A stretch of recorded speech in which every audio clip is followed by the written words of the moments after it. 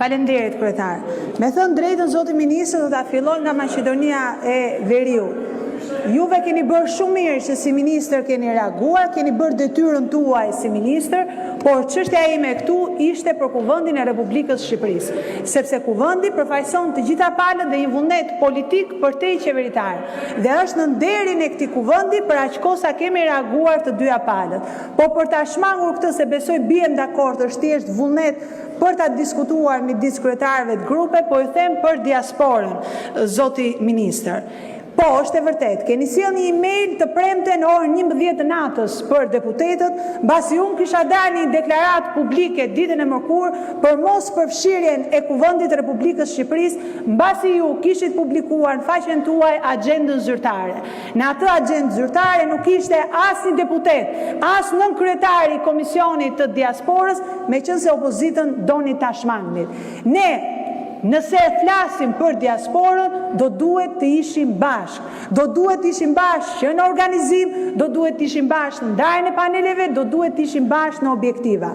Por realisht, përveç diskutimit atje ku e the shumë mirë, the një të vërtet madhe, nuk i dëgjuam, por ne folëm. Ata ishin si dëgjues atje, kishit sjell diasporën që dëgjonte, mund të dëgjonte live edhe nga Facebooku, do të ishte mirë që ti dëgjoni dhe të bënit në një punë për ta.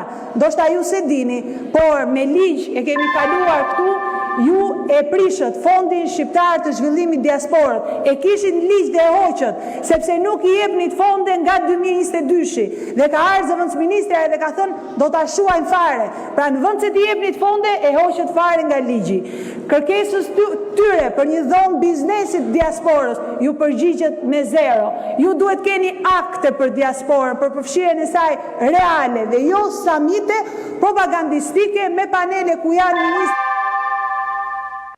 Përfundoni fjalinë, ju lutem. Me panele ku janë ministra, zëvendësministra edhe drejtorish, që njëri moderon edhe tjetri flet në panel, e dëgjojnë njëri tjetrin për sukseset dhe diasporat i duar trokasi.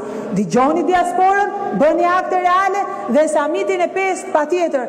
Jemi të gjithë gatshëm që të jemi aty, por ku e organizojmë bashkarisht dhe për interes të diasporës dhe jo të propagandës elektorale. Faleminderit.